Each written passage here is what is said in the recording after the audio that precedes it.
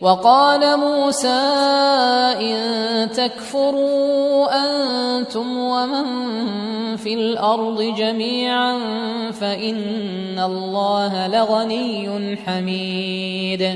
ألم يأتكم نبأ الذين من قبلكم قوم نوح وعاد وثمود والذين من بعدهم لا يعلمهم إلا الله جاءتهم رسلهم بالبينات فردوا أيديهم في أفواههم وقالوا إنا كفرنا بما أرسلتم به